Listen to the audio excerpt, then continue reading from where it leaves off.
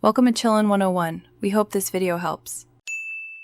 You begin by confirming prerequisites: a GA4 property and Google Ads linked with auto-tagging enabled.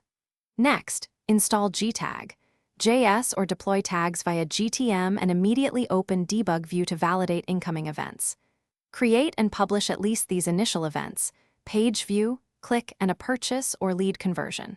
Once done, standardize UTM tagging on every ad URL so campaign reporting is clean. Do this first to avoid lost data and to make downstream analysis accurate and actionable. You now build the middle layer: accurate conversions, enriched events, and meaningful audiences. Configure conversion status and adjust windows to match purchase cycles. This changes reporting and bidding signals. Then add event parameters like value, product ID, and page category, and register custom dimensions so you can break down ad performance by audience or creative.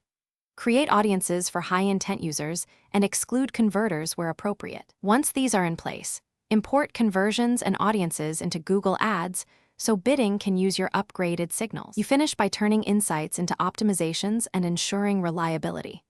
Run funnels and exploration reports to spot leaks and high-value cohorts, then create experiments and adjust bids or creative by segment. Export raw data to BigQuery for advanced modeling or feed attribution back into campaign strategy. Finally, verify everything.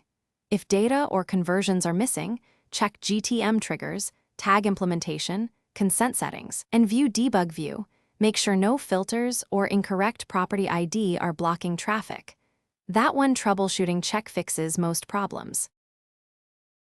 Thanks for watching. Consider subscribing if we helped you.